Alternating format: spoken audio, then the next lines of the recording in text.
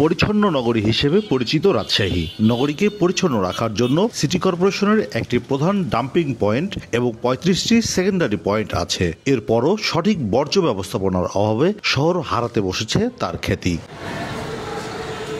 City কর্পোরেশনের বসতবাড়ি কিংবা প্রতিষ্ঠানের ময়লা আবর্জনা প্রথমে জমা করা হয় সেকেন্ডারি পয়েন্টে, এরপর সেখান থেকে নিয়ে যাওয়া হয় প্রধান ডাম্পিং পয়েন্টে। জনসংখ্যা বৃদ্ধি, দ্রুত নগরায়ন ও বাণিজ্যিক কার্যক্রম বাড়ার কারণে প্রতিনিয়ত বাড়ছে বর্জ্য, যা অপসারণে হিমশিম খাচ্ছেন পরিচ্ছন্ন কর্মীরা। গন্ধ তো লাগেই, এনে আমারে ধরো যে কি পেটের জ্বালা, বড় জ্বালা ওর লেগে করতে হয়। গাড়ি আসছিল আর হলো কি হটতে লেগেছে, পড়ে গেছি। এই গোড় নামার লেগে ফসল হচ্ছে না, জমিতে ঘাস বাড়াচ্ছে না, আবাদ করলে আবাদ হচ্ছে না, মাটিতে জ্বলে আছে। ভাগার নর্দমা ফেলতে ফেলতে উঁচু হয়ে গেছে।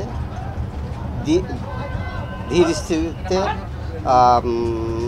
রাস্তাটা ডুবে গেছে। সিটি হাটের ব্যস্ততার কারণে বা প্রচুর এখানে গাড়ি আমদানি হওয়ার কারণে ওই দিনগুলোতে ভাগাড়ে ময়লার গাড়িগুলো ঢুকতে পারে না। শহরের নির্ধারিত ভাগাড় এলাকায় রাখা বর্জ্যের বেশিরভাগই কাঁচা অপরিশোধিত অবস্থায় পড়ে থাকে, যা নতুন উদ্বেগ তৈরি করছে পরিবেশ ও জনস্বাস্থ্যের জন্য। বিশেষজ্ঞরা বলছেন, বর্জ্যকে সঠিকভাবে পৃথকীকরণ, সংগ্রহ ও প্রক্রিয়াজাতকরণ করা গেলে রাজশাহী শহর উল্লেখযোগ্যভাবে লাভবান হতে পারে। গার্বেজগুলো এক জায়গায় স্তূপ করে যেমন ওপেন এক্সপোজ রাখছে, পরিবেশ দূষণ করছে, আবার বিভিন্ন ধরনের দূষক এর মধ্যে থেকে যাচ্ছে। পরিবেশ অধিদপ্তর বলছে, এখনই সমন্বিত বর্জ্য ব্যবস্থাপনা বাস্তবায়নের উদ্যোগ নেওয়া জরুরি। আর সিটি কর্পোরেশন বলছে, পরিচ্ছন্ন বিভাগের জন্য বর্জ্য ব্যবস্থাপনা এখন বড় চ্যালেঞ্জ। এজন্য প্রকল্প নেওয়া হয়েছে, যা মন্ত্রণালয়ে আছে। সিটি কর্পোরেশনের সাথে কয়েক দফা এটা নিয়ে বসা হয়েছে এবং একটা রোডম্যাপ করা হয়েছে। আবর্জনাকে সম্পদে রূপান্তর করার জন্য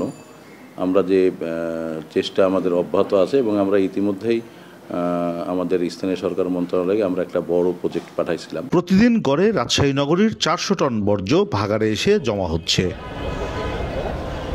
কাজী শাহেদ, দেশ টিভি, রাজশাহী।